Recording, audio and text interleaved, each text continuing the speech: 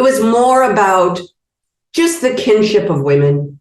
You know, the beautiful thing of being here with all of you guys. It's the kinship of women. We won when we showed up on set. That was the win for all of us. And so then throughout all the shiny thing dance, it's just so beautiful to see women together doing work that's important and meaningful. And I am thrilled to be here with all of you guys. Just thrilled.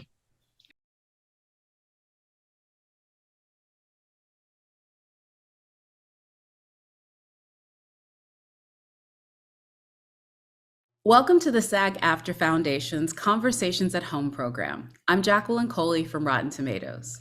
Now, it's my pleasure to introduce this year's SAG Award nominees for Outstanding Female Actor in a Supporting Role: Angela Bassett, Hong Chau, Kerry Condon, Stephanie Hsu, and Jamie Lee Curtis. Hello, ladies, and congratulations. Hello. Hi.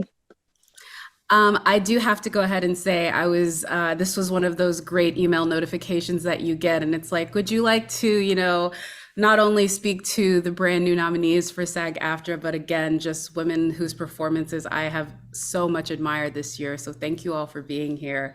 I will have to say, for all of you as actors and members of SAG, this is such a great moment. For some of you, this is your first nomination. For a few of you, you've been here before. I wanted to start with you though, Miss Angela Bassett, because I do have to say, of all of you, you also happen to join the likes of Academy Award nominees with this year, but you are someone who has been here before. And so I do have to say, if we think back to 1993, something that we've spoke about often, this is a different SAG nomination. It really is a very different moment, but here you are again being honored by your peers. How does it feel? Well, I was honored. Was it the first Black Panther? Yeah, the first Black Panther as well. Trip to SAG, because it's been my first and only trip. So it feels exciting to be back with this nomination, especially with this project, which is so near and dear and special to me, as everyone's project is to them. But so it's very exciting. It's a wonderful room to be in room with your peers, with other actors whose work you admire from afar, from up close. So I'm very excited. I will also say too, for all of you, I think you're at various points in your career, but Stephanie, I have to feel this is not the first thing you've done, but it's not a way to introduce yourself to a lot of the world, sort of being on the other side of it with everything everywhere all at once. But this is not too far from your first SAG performance. Thinking about that performance to now, did you think that this would be this path? And again, with a film like Everything Everywhere All at Once, where I think you've spoken very much about how fans have very much championed this film, and so it brings you to this moment where you can also be recognized by your peers. Yeah, it's absolutely completely surreal. I feel like as an artist, you never make anything thinking about how it's going to turn out or how people are going to receive it or if it's going to work or not. And you don't think about, oh, this is like a surefire shoe-in for X, Y, and Z awards.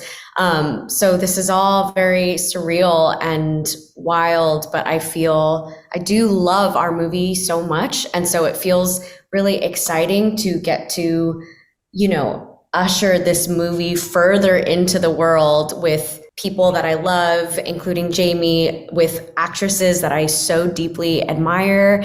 I've loved every single one of y'all's movies from even before this year. So it just feels like a kind of a beautiful introduction into, this little corner of our biz, as they say.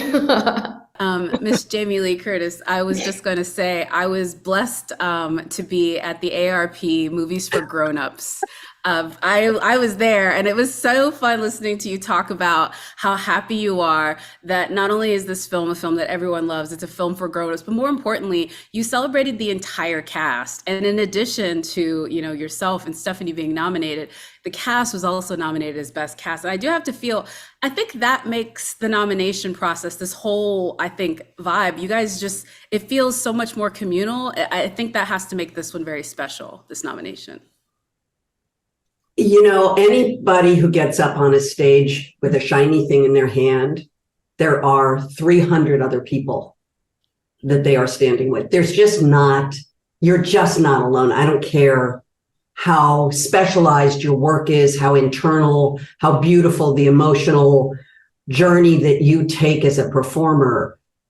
If somebody's not keeping it in focus, if somebody's not recording it with sound, it's not going to be seen. And so this little movie that could and did and continues to do is this communal effort. As Stephanie said, there wasn't one person 3 years ago in Simi Valley at 6 a.m. in front of this weird office building who thought that the work we were about to do was going to end up being, you know, celebrated by the mainstream in this beautiful way that it is. And so it is a communal effort led by Michelle Yeoh, of course, who really the movie can't exist without her. And also to be able to have worked with people like James Hong. So, you know, James has, you know, will be with us, I hope, at the SAG Awards, because there's James Hong, who just got his star on the Walk of Fame. I mean, it's really, from Stephanie to James is a really beautiful spectrum of talent and generational talent and experience. And it's been lovely. Yeah, again, I really do love, there's so many, just the fact that we have so many first time nominees, and considering the pedigree of all of you that you've had to then have this moment as well. And I do have to say, Jamie talked about Michelle, who I know a lot of her scenes are with, and Hong with you. I mean, this is a movie where you have to have complete trust with your scene partners, because it's really just you and Brendan in that one, and everything that you guys are doing, which is so powerful. It really is one of those moments where it's like actors leaning on actors in so many ways. And talk about how special it is, I think, for you guys to have that moment, and then also both be honored in this way as standouts in this, again, very, very tiny in the sense of cast film, but one with such incredibly big characters. Yeah, we had a 3-week rehearsal process before we started filming. So that was where we really just got to be ugly and messy in front of each other. And that's where I got to see that Brendan Fraser was there to do the work. And I'm not very good at entertaining people on set. And so I like to also just focus on the work. And it was almost a relief that we were so serious about it all. And his transformation really was so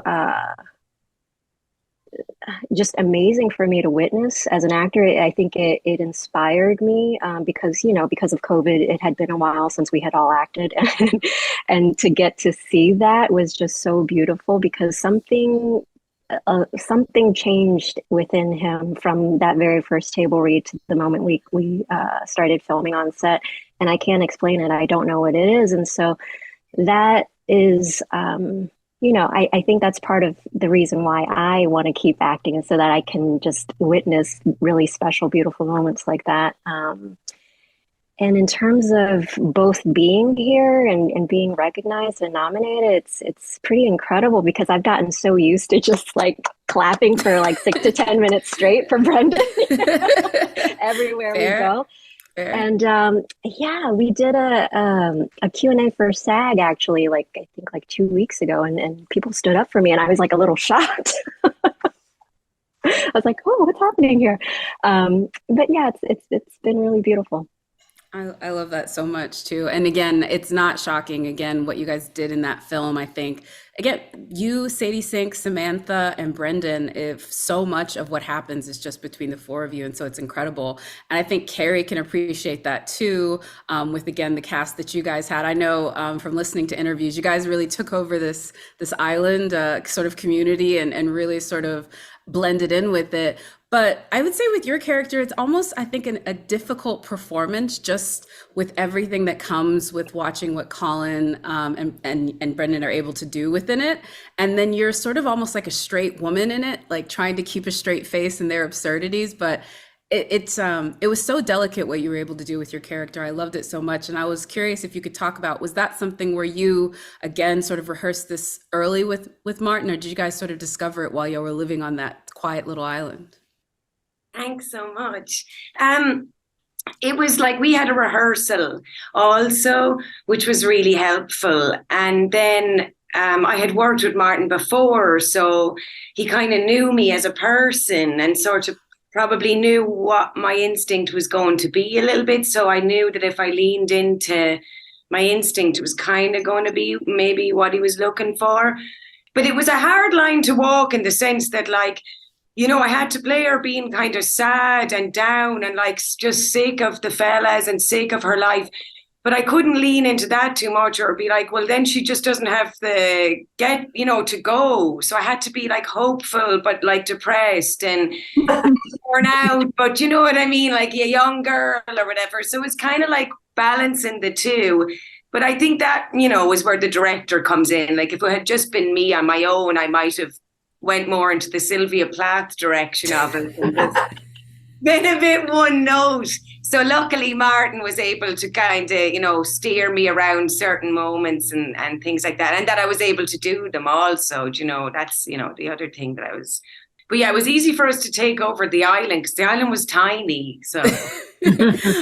Well, I do appreciate it. I also think about there's nothing that's going to be bigger than you guys sort of doing that. And now there's probably going to be an entire bit of tourism that comes there now just to check out, the different places that you guys went to. I already know I've seen the Ginnies all over the Etsy shops. There's people. They're digging deep. And I think everyone here can appreciate that. All of you, I would say with Hong, the fans of The Whale are a little bit different, but it's, there's definitely with all of your movies, there's definitely folks that have been, I think, raving about them as far as the performances. And I would say in some of them, just where you guys go to it. But Miss Angela Bassett, I do have to say, if I see that scene with you in the throne room on any more TikToks, I feel like you've just taken over my FYP, as so many of you have. But I would like you to talk about that scene. Oh my God, what is FYP? I feel I was wondering the same thing. Yeah, I was like, sorry. My For You page. page. I'm aging myself so bad right now. I hate myself. It's all over the social media. That's all you need to know. But you are very much, there's fan edits. There's people editing that scene. And really, since it just came out on home video. And I'm curious about that day, because I know as an actor, and I want to talk to each of you about your special scenes, when you see that moment in the screenplay, you know what you have to sort of bring to that moment. Set up that day for us and your conversations with Ryan about how he wanted to approach it. Well, actually, I just received the script maybe a few weeks before we, landed in Atlanta to begin shooting, and we had a few, I think maybe a week or two of rehearsals just going through, but I don't remember us doing that scene so much. I remember we had a read through with the entire cast, and it was difficult to read it and not be filled with the emotion, because of the words and the sentiment, and what you was expressing was just so rich and so deep, and such a sense of with such a sense of loss and what would be extreme grief. So even in the cursory read through, where everyone's not really going for it, we're just having fun.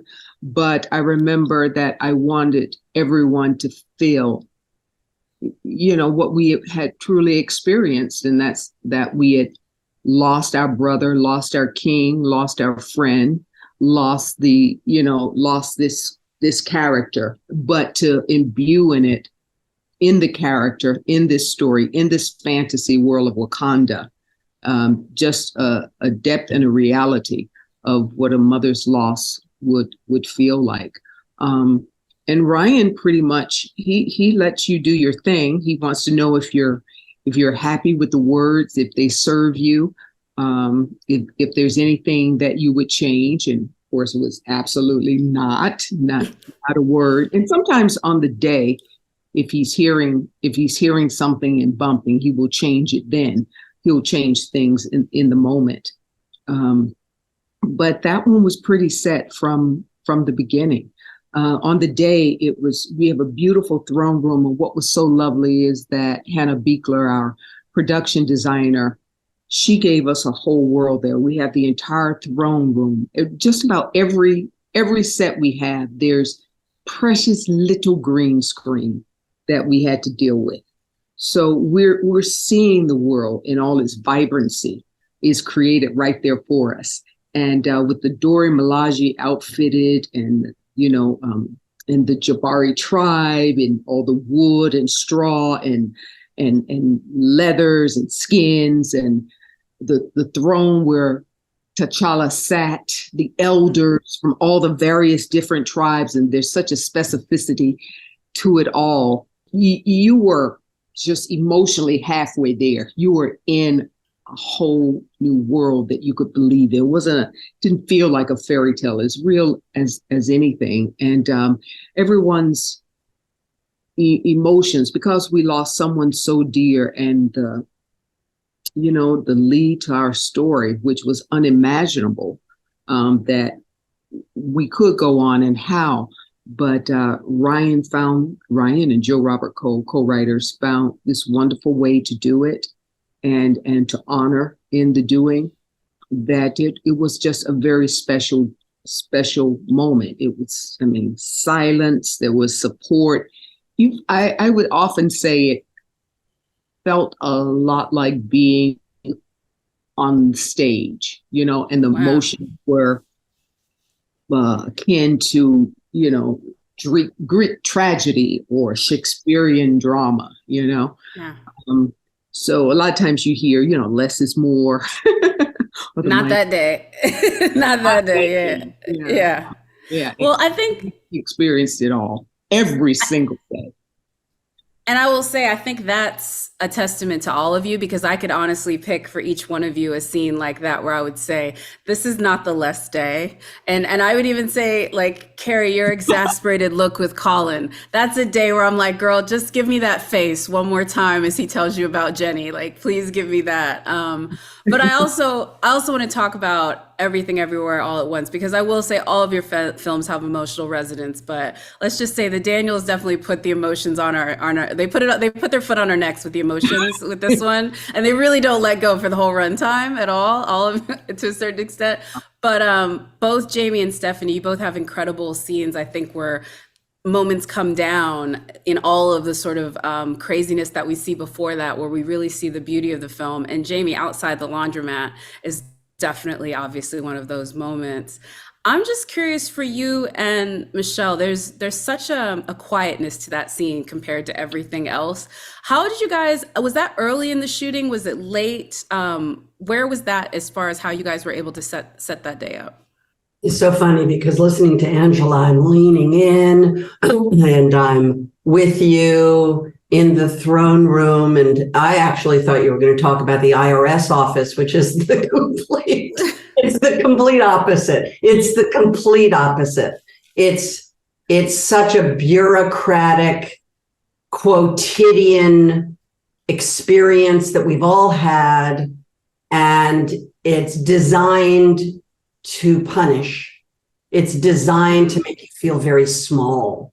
The whole bureaucracy of the IRS is designed to put you on your heels, to want to please. It's a really fucked up world. And it's so funny because we did not have a lot of rehearsal. In our movie, I showed up, the scene in the IRS office was day 1 and 2 of the movie. So 90% of my work is shot in the first 2 days of the movie. And they never saw me before the morning of shooting. Like they had never heard her. They didn't really know what she sounded like. So I'm from my experiences. I've done work where you show up and you have to do the work right away. The early work I've done as an actor, there is no finding it. There is no, I listened to you, Hong, and you were talking about being messy. There is no messy because there's no time. So for me, I just had to show up knowing 100% who she was, hopes and dreams, heartbreak, all of it in one moment, and then perform the dance of the power trip that bureaucrats do. So for me, that sequence, listening to you guys talk about, particularly you, Angela, just that majesty of that moment and the support, it's the complete opposite. We were in a functional office building in Simi Valley that was once the Countrywide Savings and Loan Building. And, and we were shooting from the second we began. It was that level of work. The scene at the laundromat was toward the end. It was probably one of the last things I shot with her. And by then, I finally understood what the movie was about, because at the laundromat, so much of the reunification of the family takes place. So I was there and I watched Stephanie and Tally and James have their moment.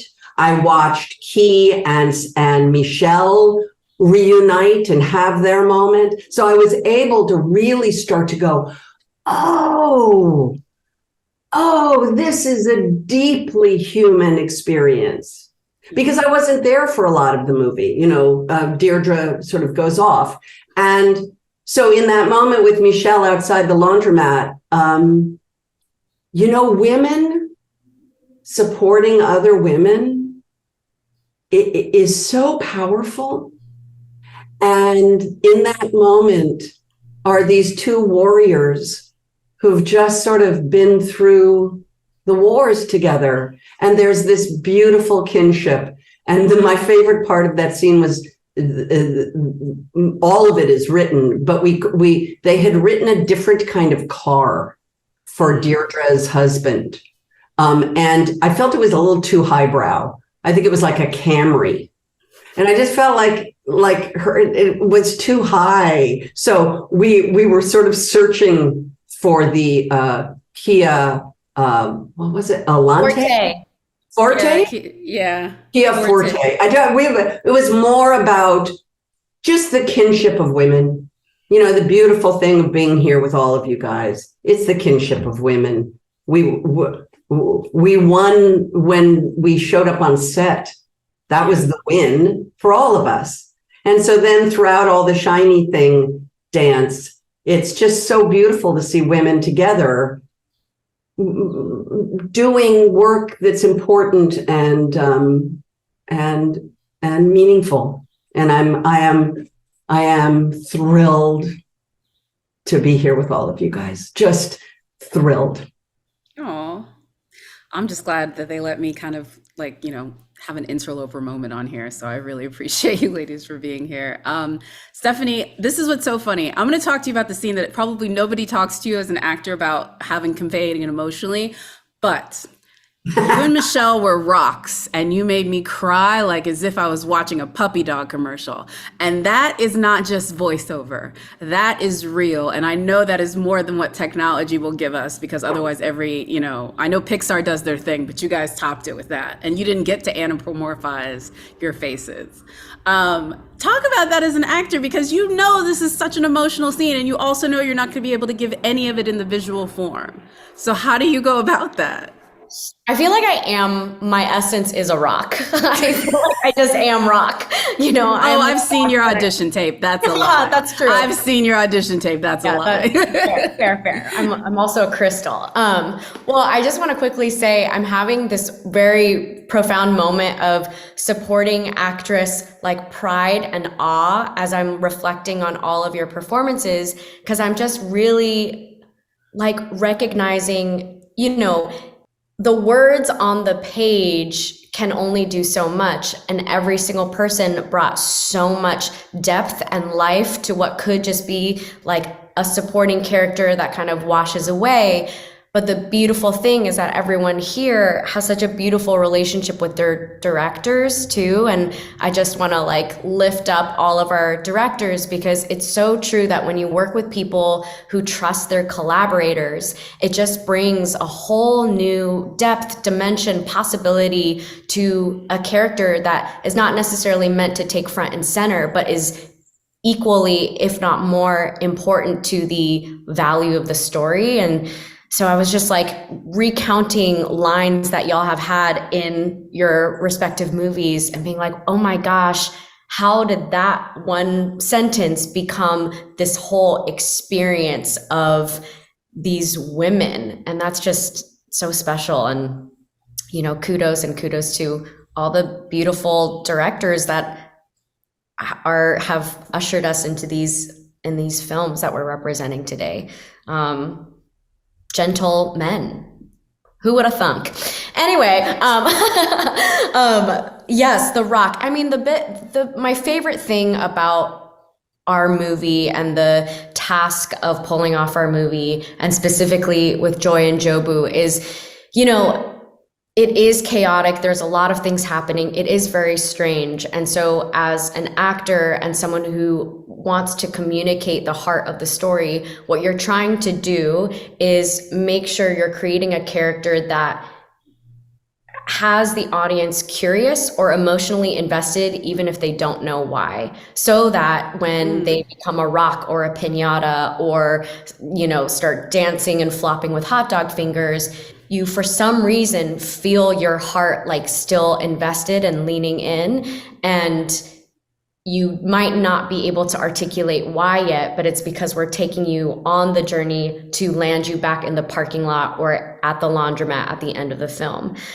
So, you know, I think that it's such a testament to not only the Daniels, but also everyone in the cast, and of course, Michelle, that we really were we were giving it our all, and our characters and the relationship of that family our all, so that if you become a rock, an audience member might feel very invested in why that rock is being pushed over a cliff or falling over a cliff. I was gonna say, you did that. Mission accomplished. Absolutely. Yeah. Well, you know, I've peaked. Definitely not. Definitely not. Because I was just about to say too, Kerry, I've been familiar with a lot of your work that you've done abroad, and I think like audiences here are getting to know your work more now with Banshees and with other stuff that you've done. But I have to feel everyone talks a lot about the representation with Everything Everywhere All at Once, which is great. But I have to feel, as an Irish actress, this is like an additional this is like the Irishest as the Irishest movie can get. And it was talking a lot about very big parts of your history. There's partially, I think, an added bonus. I've seen like Tourism Ireland playing your movie, and they're like, clips already, just talking about it. I have to feel like the island is also just as much supporting this nomination. Yeah, of course, it's great for Ireland, and it's great for just to show beauty of the world that's still intact and hasn't been, you know, torn to pieces for flats or whatever the hell, or, you know, people are building and stuff. But also, I suppose I love the fact that in the film, all the other actors were theatre actors who'd done Martin's plays before. And, you know, nowadays, like, theatre actors don't necessarily make it into the film. If they do a film of the play, the poor theatre people normally don't get cast or whatever. And I always thought that was so cruel. I never really understood it. I know there's a whole money thing and all this, but I just really loved it, all these people who had done the theatre, because you don't get paid a lot of money for theatre. Do you know? And it was just like that they got to have their moment in the movie. And they were all these Irish actors who'd done Martin's plays for years. So that was really great. And I think it's great for them at home in Ireland too. And other theatre actors as well, who are like recognising them and would have worked with them. So that was my favourite part about it. Oh man, no, yeah, I was just gonna say a real family affair from what everyone has spoken about it. And Hong, I'm gonna end with you before we get out of here because you also had this added bonus this year because I think as much as folks saw you in The Whale, there was another performance of yours this year, which is also being honored elsewhere, and that's your performance in The Menu. And so I have to feel like it's a pretty great, I think a lot of you have this where you've done multiple projects this year and you're sort of it sort of feels like it sort of all comes at once. Do you feel like this is this the way that it comes as an actor? And what advice, as you're sort of having this sort of big moment, what advice would you have to sort of the actors watching this I'm that are terrible at waiting for giving their advice. Oh no, we'll lie. I don't know. But what Yes. should they? What would you want them to know about this moment where you're like, if you keep going, you can be in a moment like this where you have people raving about a lot of stuff that you're doing. I don't know. I feel incredibly lucky. I don't know if I can say, look at me, I did it, so you can too. It just does not happen that way. Yeah. I was so surprised by how busy I was after the pandemic. Well, it didn't go away, but once the industry got back up, I was also surprised because I had just had a baby and I was expecting to just stay at home for at least a year before getting back to work. And I ended up doing 4 movies in 2021, and The Menu was one of them. I worked so much and I couldn't believe how lucky I was, but at the same time I was so tired and I wish that I had had more time in between each character to give it more breathing room. I always felt like maybe if I had just had a little bit more time, I could have prepared more or something. But I don't know if you ever feel like fully prepared. You always wish that you had more time.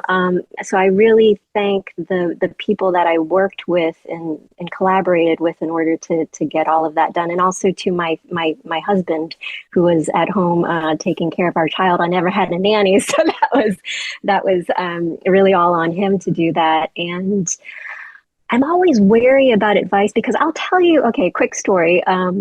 I was sitting at a brunch spot in LA. Minutes left. Okay. At the table next to me was a life coach and a couple, a very attractive couple that I'm assuming they were actors.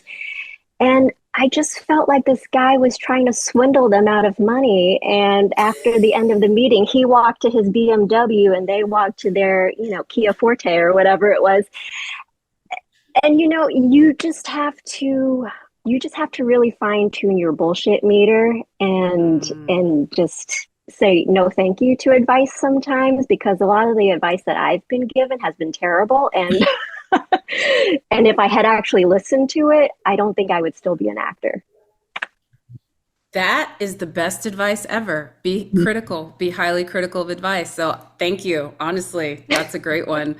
I want to thank you all again for your time today and congratulations on your SAG nominations. And on behalf of the SAG-AFTRA Foundation, I want to thank you all for your contributions to the craft.